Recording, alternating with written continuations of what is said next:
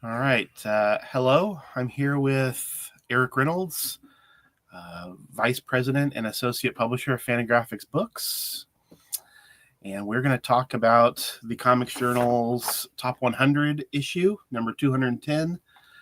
And we're going to talk about canon. Yes, and we'll talk about canon as well.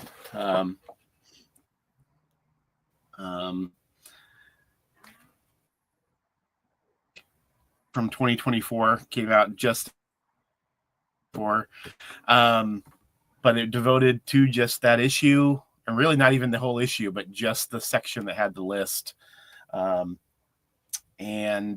Eric, you did not have a list that was part of the overall list making, even though you did make a list, but you were at Fantagraphics. You were the PR guy at the time, right?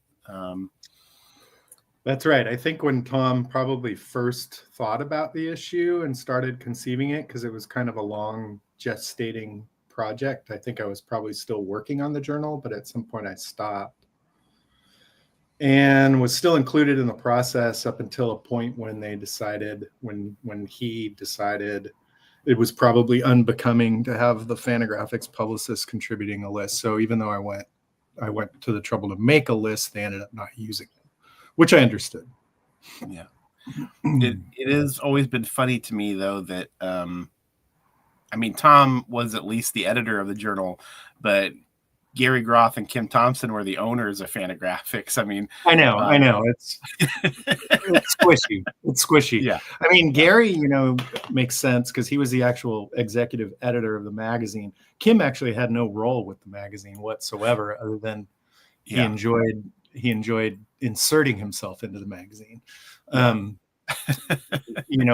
Much to Tom and Gary's chagrin sometimes, but not always. And in that case, it was definitely I'd say it was the three of them that were kind of really, masterminding this thing. My recollection anyways is that Kim was pretty actively involved, whether they asked him to be or not, to be honest.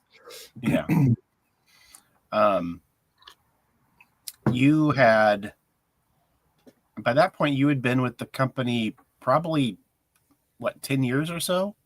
What year did the list come out? 99.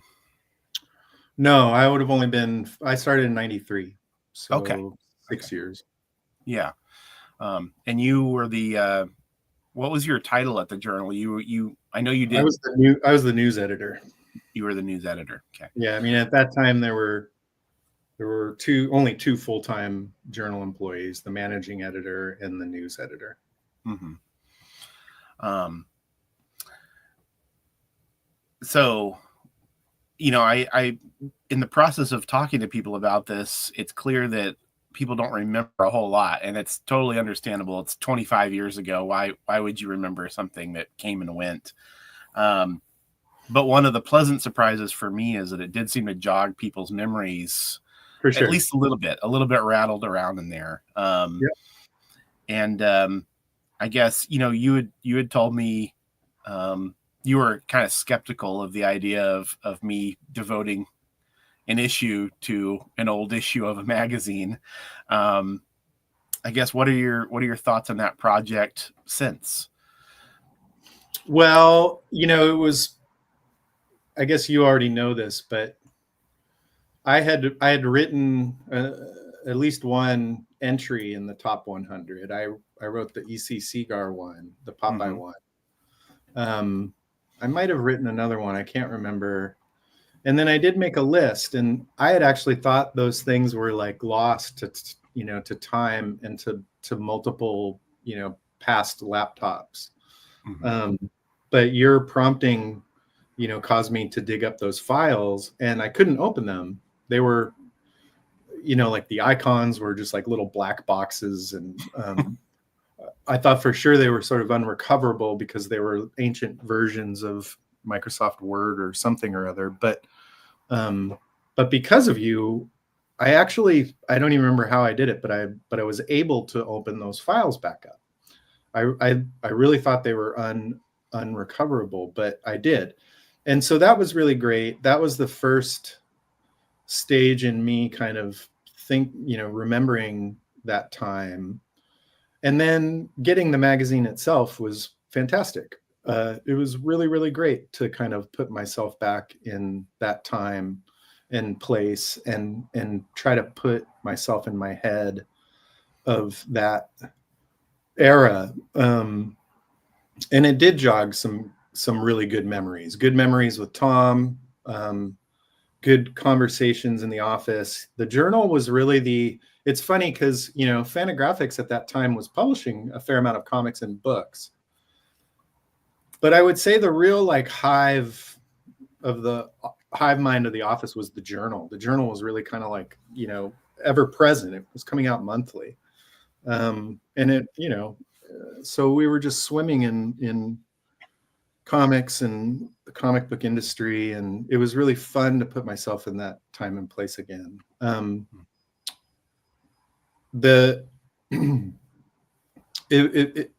Looking over the list again, it's really fun to see. I mean, so 1999, I would have been 27, 28. And I very much did not have, a really comprehensive, I think I had a really good awareness of comics history for someone my age, but the list, my list in particular, and the list overall, really, helped me remember just how little I knew. Huge blind spots, and and there are huge blind spots, I think, in the list overall and personally, and that was really fun to look and see how we were wrestling to compare all these different bodies of work, discrete bodies of work, comprehensive bodies of work, sketchbooks, strips, editorial cartoons, mainstream comics, great craftsmen. That's really fun to look back at. And there's certainly ways I would do it differently now that seem somewhat obvious to me, but at the time they didn't, because nobody had ever really done this. And that was kind of Spurgeon's main idea, as I recall, was just that what importance it would have, I don't think he really knew or had in mind, but it really was just the fact that nobody had done this. And if we didn't do it, somebody was going to. And if somebody else was going to, it was probably going to be a really shitty list, because it was either going to be Wizard or the Comics Buyer's Guide. And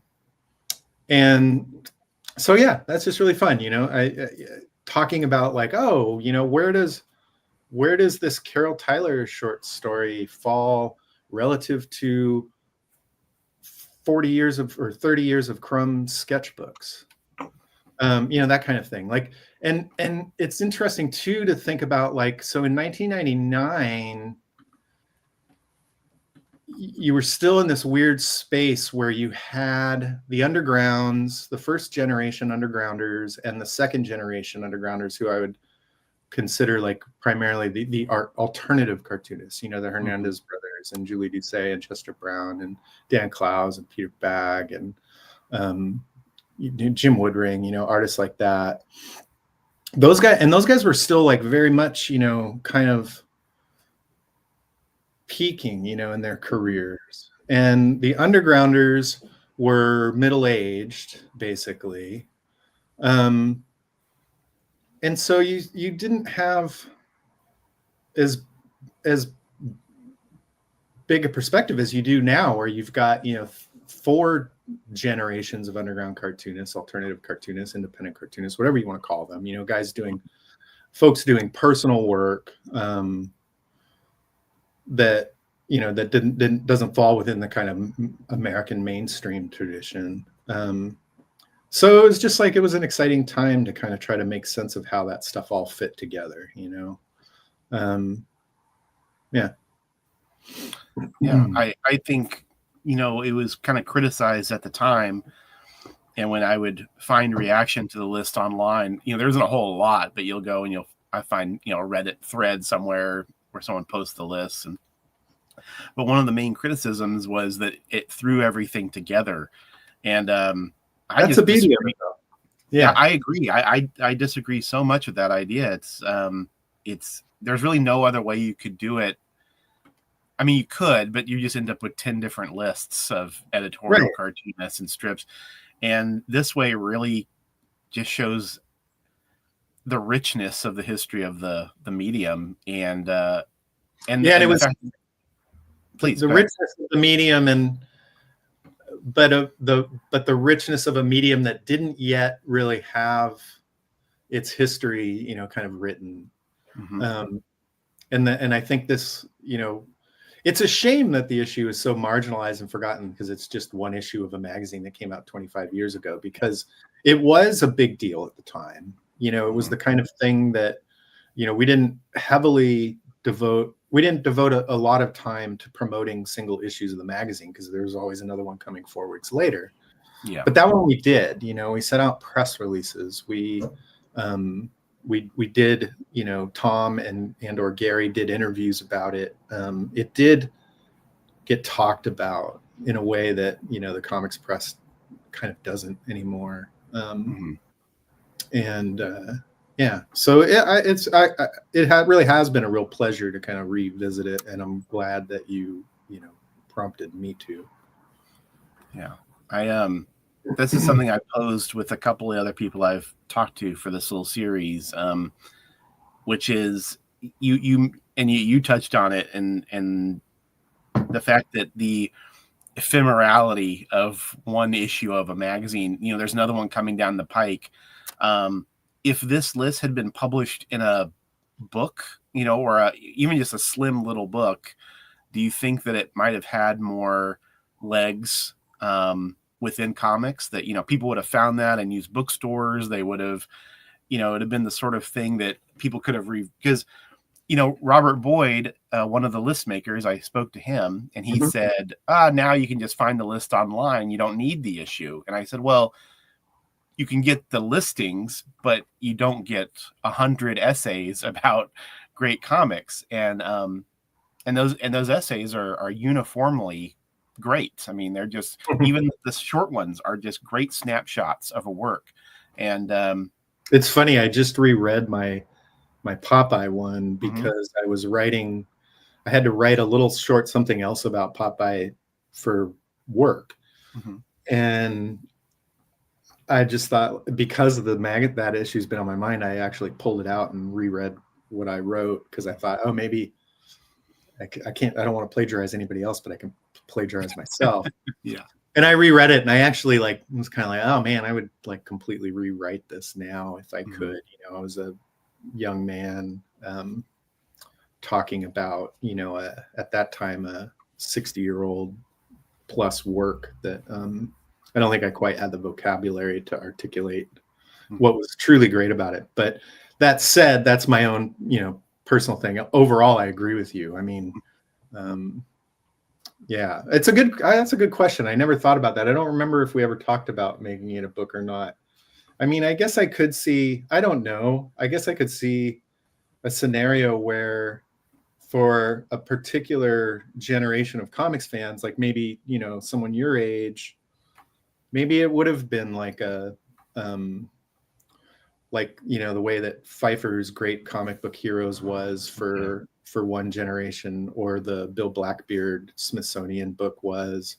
I guess I could see that. Yeah. It feels a little like, like I'm overstating the importance of it a little bit, but it also was like, it wasn't pre-internet, but it was definitely still, early in the days of the internet, and it was a resource that that didn't exist, and I think probably could have had some legs. I mean, it is still I think the list holds up well. There's things about the list that I would do differently if it were me now, but by and large, I think it holds up pretty darn well.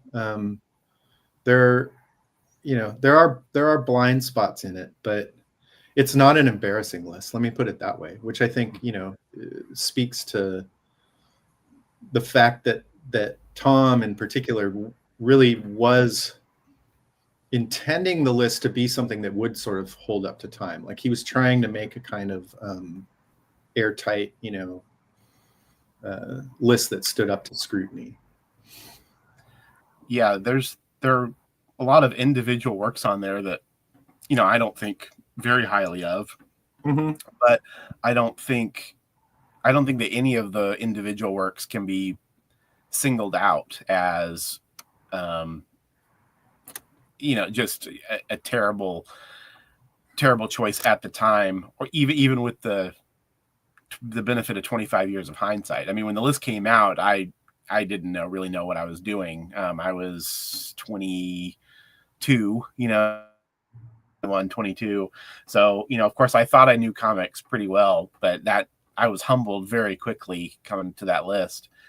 There was a lot of stuff I'd never even heard of.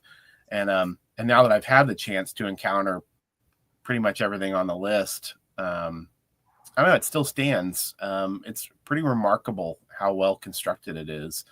Yeah. And that's, you know, there's a multitude of reasons why I would have loved to have talked to Tom Spurgeon. Um, but I had this feeling that his fingerprints are just all over the thing.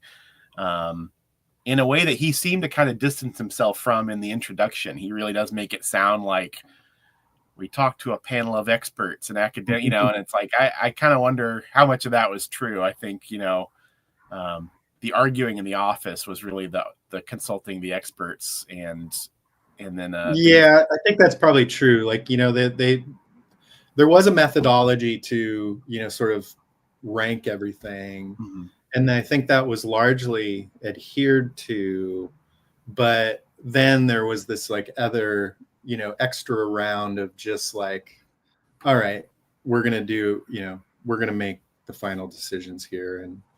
And I think Tom's great skill in that. Tom had really, you know, broad Catholic taste Mm-hmm. in comics in the best possible way. And whereas, like, you know, Gary and Kim each had their sort of particular areas of interest. And especially Gary, who's, you know, obviously like only it goes without saying, like he's probably the most critical of the bunch when it came to, you know, calling a work a great work. And I think Tom kind of like, he did his best to kind of really make the list not reflect their own specific tastes, but really kind of take in, you know, a broader perspective. And I think that was partly reflected in the people that he chose to participate. You know, the Bart Beatty and Charles Hatfield and you know, the Robert and you know, to really bring in works that wouldn't necessarily be on his list or Gary's list or Kim's Mm-hmm. list. That's one thing I take away from it. He had that perspective to know that, you know, a list of Gary's 100 best comics would probably be also a really good list, but it wouldn't encompass the whole field in a way necessarily that he was trying to do. You know, Yeah. Gary wouldn't have been concerned about that. He would have like, if it's good, it's good. And if it's, you know, if it's heavily weighted with underground cartoonists, you know, that's okay because they're good. They're great. I think Tom really did kind of shield, you know, things a little bit and help make it a little more airtight, you know, a little less open-ended to, you know, the criticisms of bias that the journal always was, you know, under fire from. I mean, that still happened, and it didn't help that, you know, frankly, that the Hernandez brothers had multiple entries. It was sincere, you know, I really believe that. But I do think like looking back, I would have probably just put, you know, the Palomar stories and the Locust stories and been done with it. So, you know, there are those kinds of things, but by and large, I think he did a really great job of making a list that would withstand scrutiny over a long period of time. and now we're in 2025, and the idea of canons in general have, been under fire. And for a lot of good reasons, of course, but the idea of literary canons and film canons. Um, but, one of the things that Seth said to me in his little interview was that was, front of mind at the time, that they the idea of trying to, find the history of the medium, build their own ancestors, and try to sort through all of the dross, separate the wheat from the chaff. I feel like separating wheat from the chaff was something you would see in every issue of the journal back then. That was a favorite expression. Sure.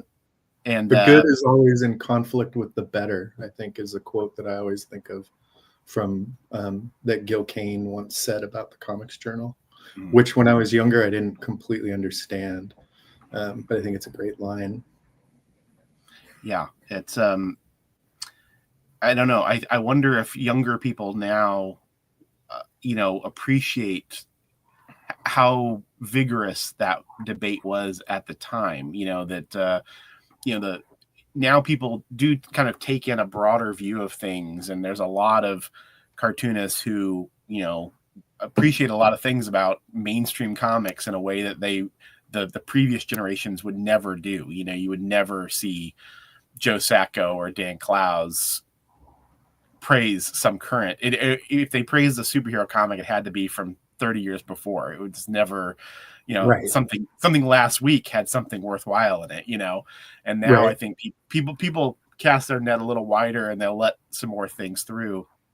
I guess this is a sort of a vague non-question, but you were right there in the middle of all that. The journal was waging wars on multiple fronts, just sort of taking on all comers, and people who hadn't read the journal in 10, 15 years despised it and thought you guys were the boogeymen. I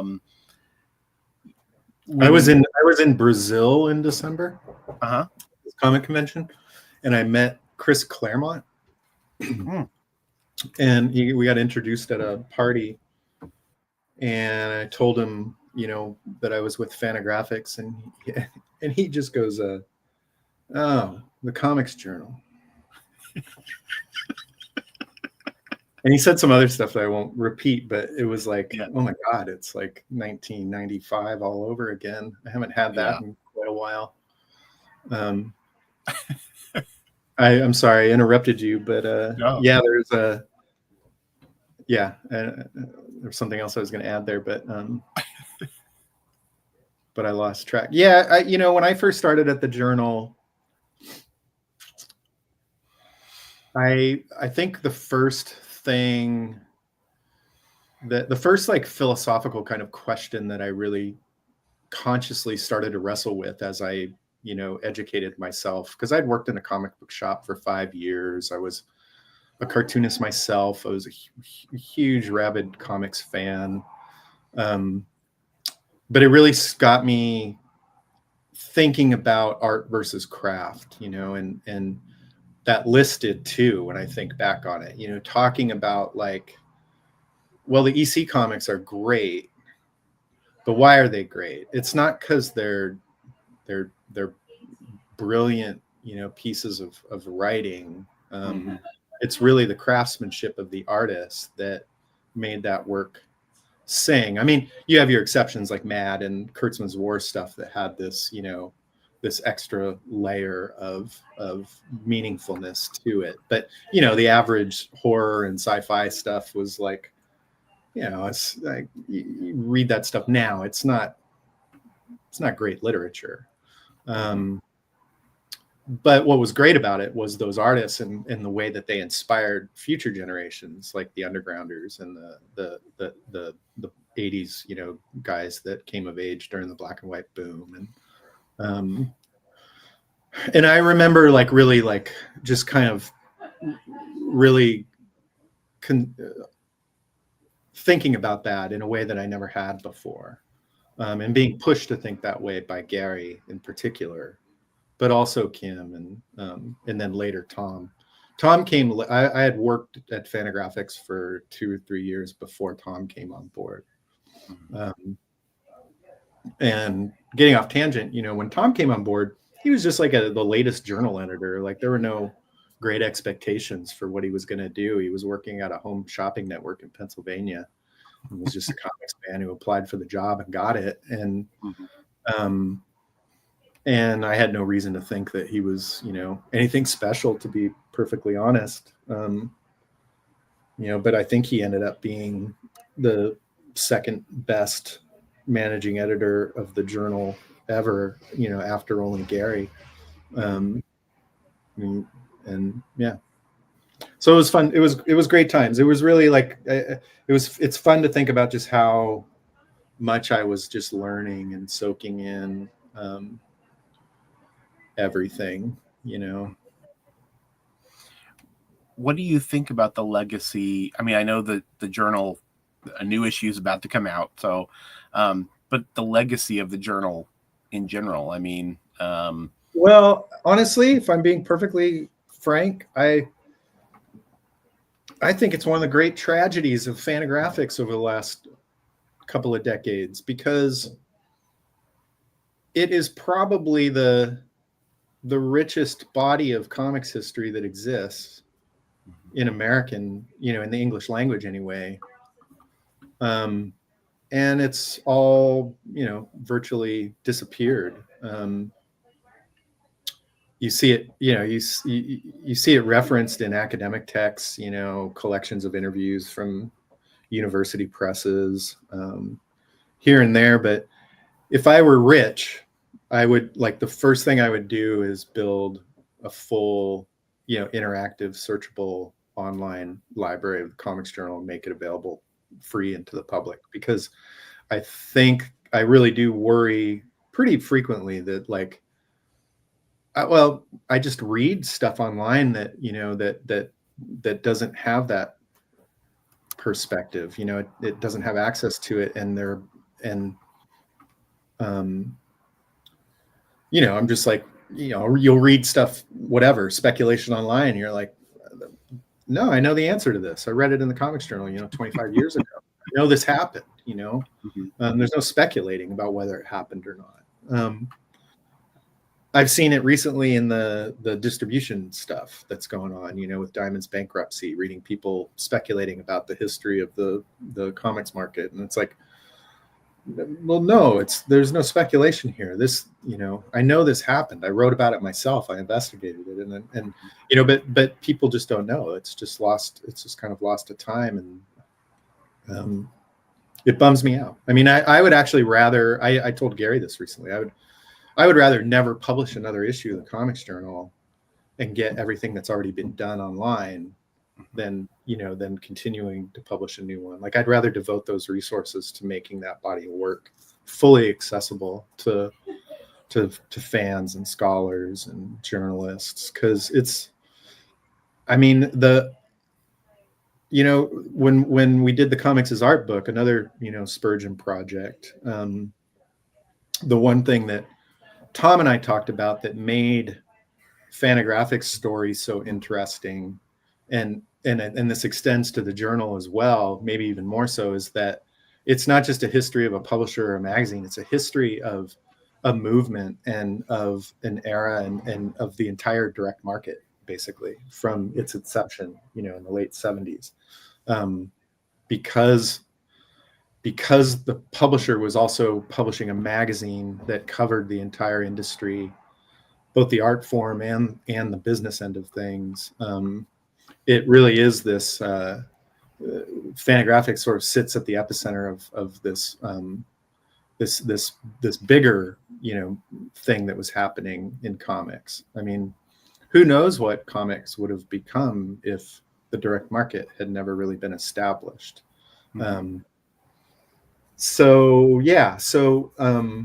I don't think the legacy is as valued as it should be, really. And I guess I say that selfishly, but really not. I mean, I only worked on the Comics Journal for a couple of years out of, the almost 50. Mm-hmm.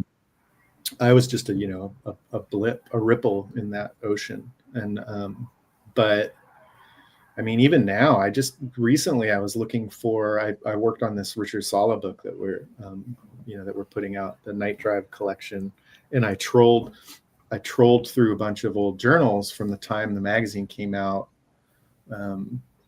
because I wondered if it had been covered at all, and it was. It was written about a couple of times. There was like a New Wave, kind of review of New Wave comics coming out at that time. Richard had placed an ad in the magazine, and literally like nobody else wrote about that magazine. Like you wouldn't know it had existed outside of what little bit of lip service the journal gave to it. It was the only place that was writing about certain types of comics. So yeah, you have to that. I'd love to see some rich benefactor, just come in and bankroll a comics journal archive that was completely free to everyone. Yeah. Maybe about a year ago, I was researching something. I mean, for all I know, it was this annual that I was working on. But I picked up a random issue. I think it was from 1993. And the cover was just autobiographical cartoonist. Oh yeah. Yeah. And it wasn't a special issue. It was just an issue of the journal, a regular issue. And of course I ended up reading it pretty much cover to cover just because I got absorbed into it. And I tweeted this out, and I don't tweet a lot, but I tweeted, kind of, we have no idea what we've lost here. This thing used to come out 10-ish times a year. Yeah, 9-10 times a year. Yeah. And if that came out now, it would be the best comics related publication of the decade. And this was just a regular issue. It wasn't even a special issue like this thing. Right. It kind of was though. Like we worked really hard. That was pre-Spurgeon. That was almost entirely myself and Jeremy Pinkham, who was a journal staffer at the time. And I remember that was a beast. I think memory serves, I think virtually all the entries in there were written by him and I. And it's pretty, I mean, there's a lot of people in there. I forget how many. I haven't looked at that issue in years. It's a great snapshot. We could try to do A to Z. Yeah. And you know better than me because you've looked at it more recently, but I'm guessing, 3/4 of those cartoonists aren't making comics anymore. Aren't talked about. And I mean, I was talking recently, Sammy Harcum and I were recently talking about Harvey Pekar. And Harvey Pekar had a fucking major motion picture made of his life in his comic book.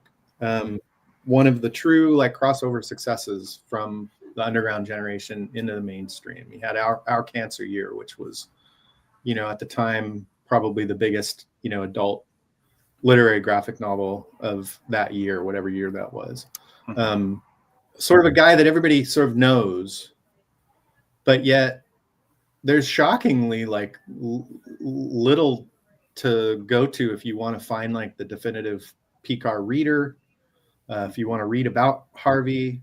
And Harvey was all over the journal, you want to learn about Harvey Pekar, you're going to be hard pressed to find a better resource than, those first 300 issues of the journal.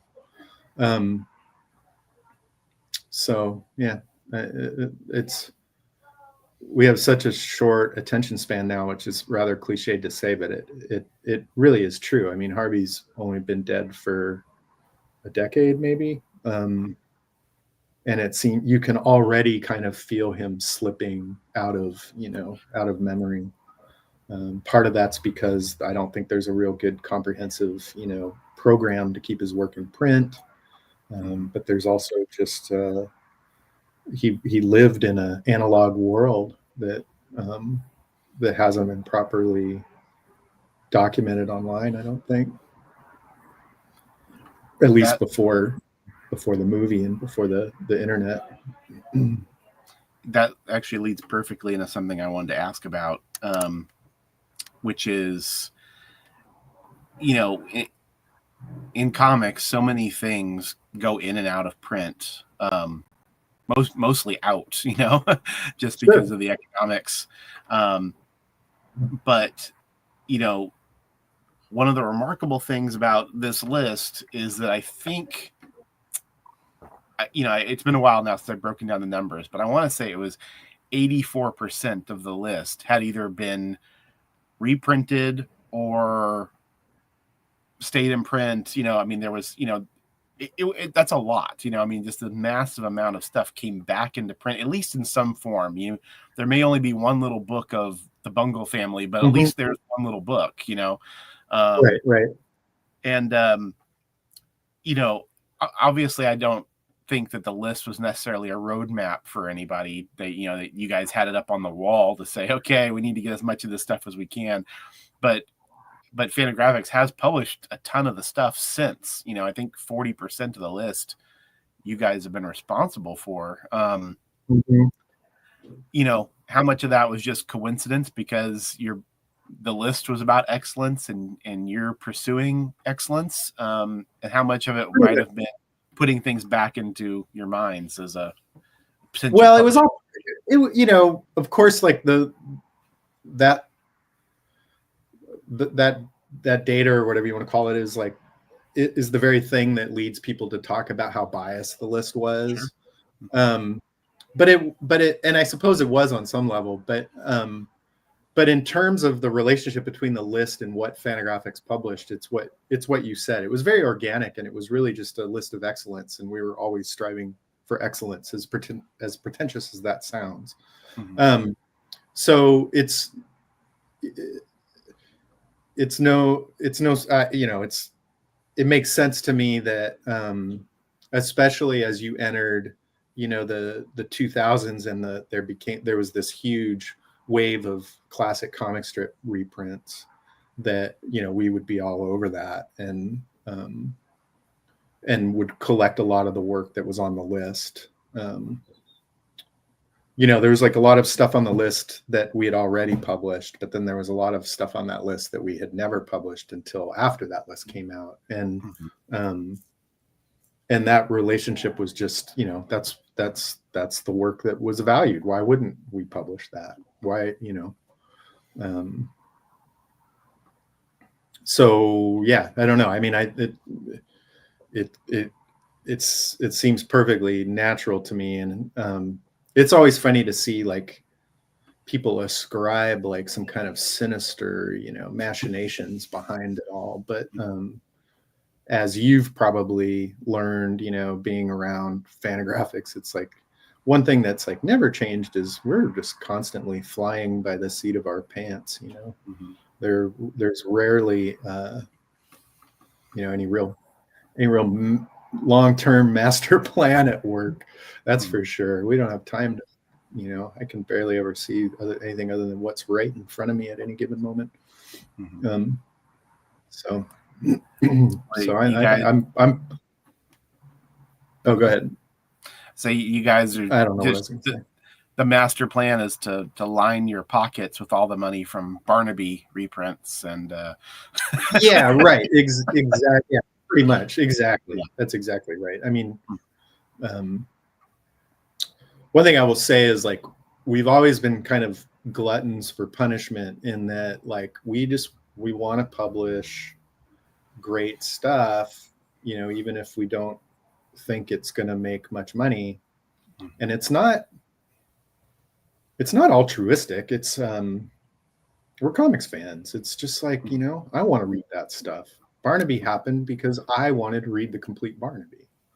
I'd only heard about it spoken in, you know, whispers between, you know, Chris Ware and then later when I met Phil Nell, you know, these cartoonists that I admired like Clowes and Ware, like, oh, Barnaby's so great. How come nobody can read Barnaby? And then, you know, I'd read a few pages in Rick Norwood's comics review, and like, this is amazing. Like, how I have to have this. So Yeah. So we did it and made more money on it. Yeah. Mhm. One of the people I talked to for this series was Austin English, who's the current co-editor of the print journal. And he has kind of a hobby horse that he's gotten on a few times over the years, which I agree with. I think is a very smart idea, though like a lot of ideas, it sounds better than it is probably easier to execute. But the idea of doing readers, if you go into a used bookstore, you can always find the Tom Wolfe reader, the Sure. Hemingway reader, the Faulkner reader. I don't know that they make stuff like that anymore. They probably don't, but once upon a time they did. And there are cartoonists that you don't need all of their work necessarily, Totally. but having a sampling would be great. And you mentioned Picard, right? He's probably a number one, example of that. Yeah. Unless you're going for historical perspective. But is that something that is ever discussed? It seems like it'd be logistically a pain in the ass, but I wonder if for the upper echelon of cartoonists and maybe for some of the more niche cartoonists, it might be an avenue worth exploring. Well, yeah, sure. I mean, look at all those books behind you. Mm-hmm. We live, you're old enough too to know like that, we're living in an embarrassment of riches when it comes to having access to stuff that, when I was 20, 25, Mm-hmm. good luck finding a Bungle family book, or, I mean, you had to search high and low. I found my first Barnaby book after I'd been looking for a few years. This was before eBay. Mm-hmm. I found my first Barnaby book in a bookstore in Amsterdam. And it was like, ah. uh, but the flip side of it now is, there's like too many books almost for any one person to have in their library. True. So I think that Austin's right. Like, I think a lot of cartoonists would be probably well served, if not better served, to really have some just a good comprehensive reader of their work. Mm-hmm. And I think we've done that here and there. We talked about that recently with Nancy. We're rebooting a Nancy series, and our previous efforts at publishing Nancy showed that after the first volume, just sales would just drop like a stone.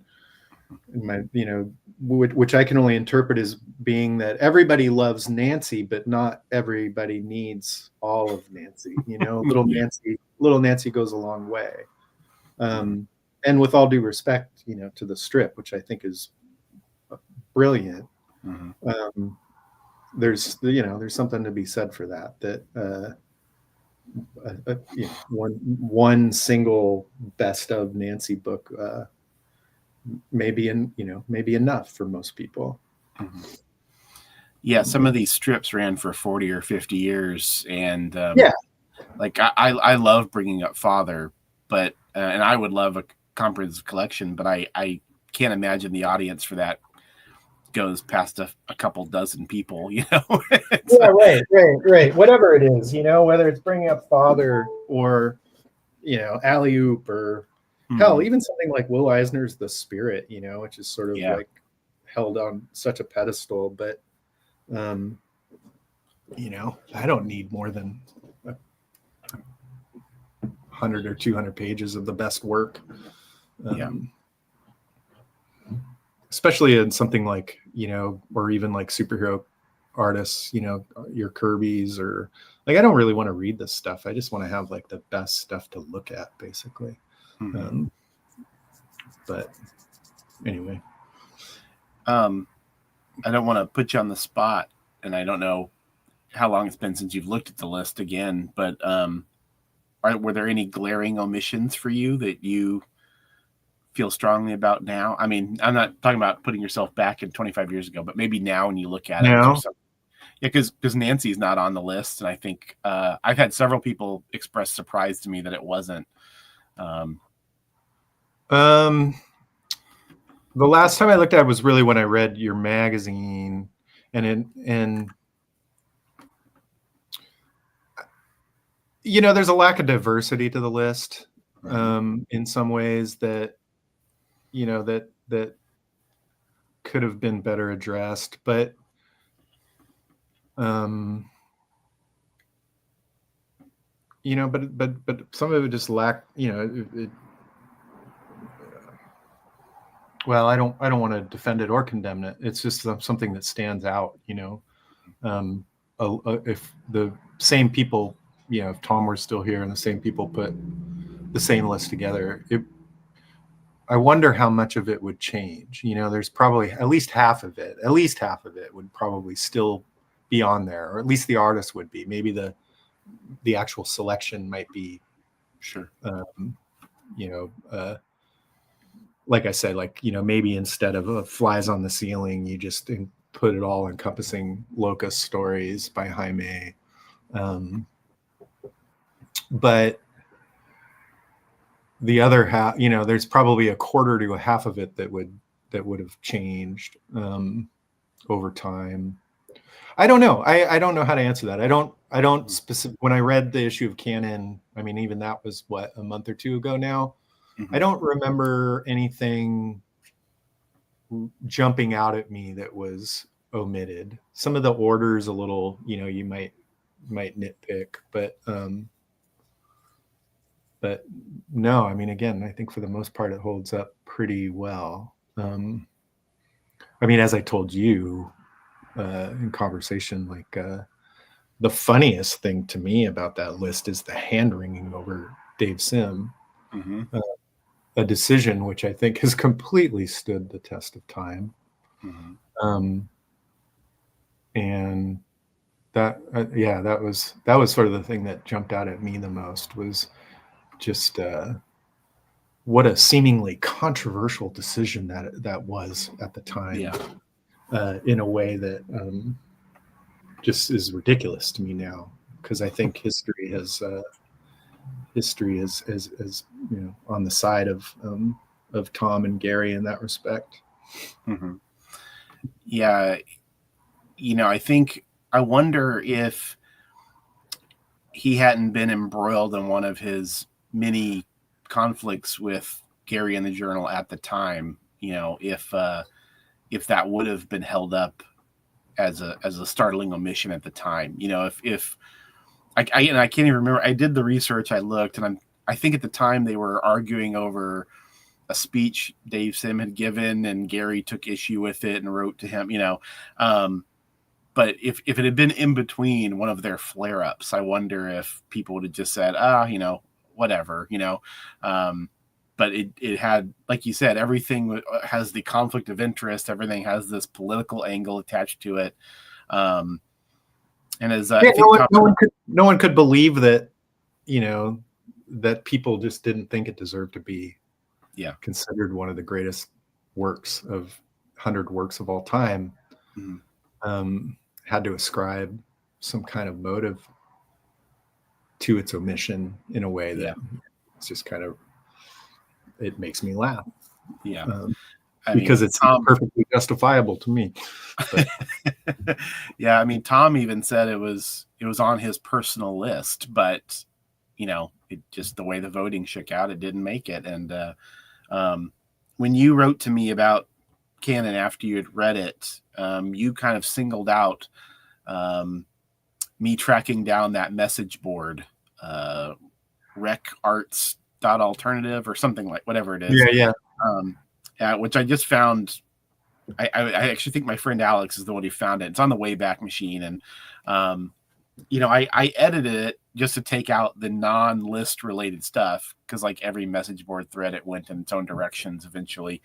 But that was a real godsend to find that. It to really have that much of Tom Spurgeon fighting critics, and also just lots of named people checking in. I mean, Douglas Wolk, checks in, and a few of the list makers are on there. Robert Boyd, Bart Beatty, Charles Hatfield. That I was a guess, hub. yeah. I guess, and people talked about the comics at list. Yes. Yeah. I guess, from whatever you might remember of those venues, would you mind talking about those for just a minute? Nothing like that really exists now. Yeah, the Comics At List was I mean, I don't know if I have the language for what it was an email list. It was like an ongoing email correspondence that it wasn't hosted on the web per se. It was just this you had to be, I think, approved to join the group, and then you got this I feel like it was like every morning we would come in and that would be the first thing we would do. We would log into our email and read the Comics At List, and it had lots of people with lots of opinions about comics. And one thing that working at the Journal you had to have an appetite for at that time was arguing, whether it was with Gary or whether it was with an enemy of the Journal, or whether it was with your coworkers. It was a very healthy thing, even if sometimes it became unhealthy. You had to have an appetite for that kind of rigorous back and forth. And it's something that Tom certainly did, probably more than me. I was more of the muckraker who wanted to just write news that was sort of affecting things in some way, rather than arguing with people online. Both Tom and Kim had a tremendous appetite for that in a way that I don't. And that was one of the things I took away from reading canon, was oh yeah, I don't even know why Tom engaged some of those people. I mean, there was that one guy that he kept beating on, and it's hilarious. But I'm also just dude, why were you wasting your time doing this at the same time? But God bless him. Kim was the same way. They couldn't help themselves, and I love that about them. But yeah, I mean, I don't know what to say about it. I don't have any, I don't have any specific memories about it per se, other than it was just it was the place that it was pre-social media. It was pre-Comics Journal message board, which kind of was the next, next generation of, or the next platform to kind of host that kind of conversations. But it does feel very, kind of primitive in this way, because it wasn't in real time. You'd kind of it was kind of staggered. You'd get these aggregated email of everyone's kind of responses, and then you would reply to that. I mean, even as I describe it, I'm not sure I fully remember exactly how it worked. But I mean, I started working at Fantagraphics in '93, and I think it was in late '93 or early '94 that we got email at the office. And that CompuServe Comics At List was the first real online hub for serious comics discourse. And you had scholars and pros and some fans. I mean, it was a little bit of a curated list of participants, but it wasn't super VIP, kind of thing. Yeah, it was a different world. Yeah. Are you surprised there isn't something like that now? And is it a bad thing that there isn't something like that now? Yeah, I don't know. Your guess is as good as mine. Yeah. I don't know. I mean, the level of discourse online doesn't seem to be getting any better. No. I don't know.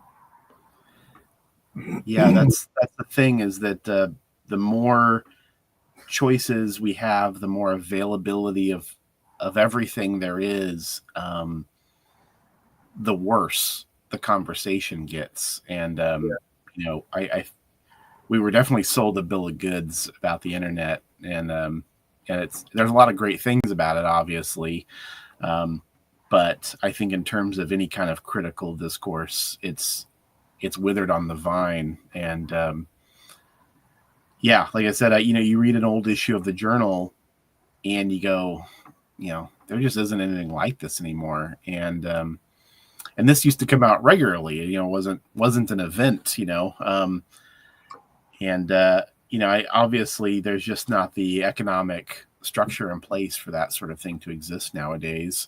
It probably barely was at the time. The thing about the journal in its heyday was that it was read by everybody in the industry, whether it was, just people who were sympathetic to the cause or not. I mean, it was even the people that, that hated the journal and Fantagraphics, they still read it. And it's because it did cover the entire industry, for better and for worse. And, the business of comics is so fragmented now. It would be really hard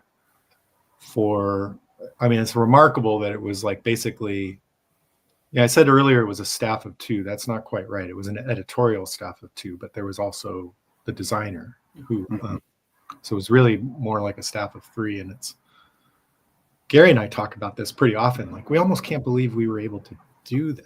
Like, put out a whole magazine every, 4 or 5 weeks.